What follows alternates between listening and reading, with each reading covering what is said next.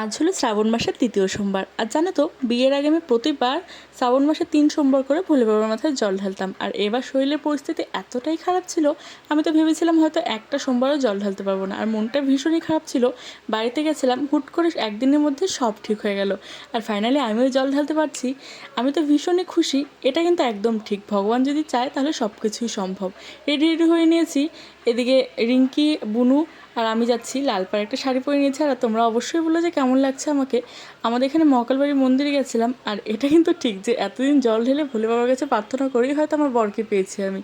তারপরে লাইনে দাঁড়িয়ে এত লাইন ছিল, অনেকক্ষণ লাগলো। আর ফাইনালি জলটা ঢালতে পারলাম, মানে পুজোটা দিতে পারলাম। ভোলে বাবার মাথায় জল ঢেলে একটাই প্রার্থনা করলাম, যাতে আমার বর সবসময় সুস্থ থাকে আর আমরা দুজনে একসাথে অনেক সুখে থাকতে পারি। আর ঠাকুরের কাছে পুজো টুজো দিয়ে টোটোতে করে চলে এলাম বাড়িতে। আসার সময় খেতে খেতে এসেছি ফ্রুটি। তো তোমাদের কেমন লাগলো অবশ্যই জানিও। Bye, tata.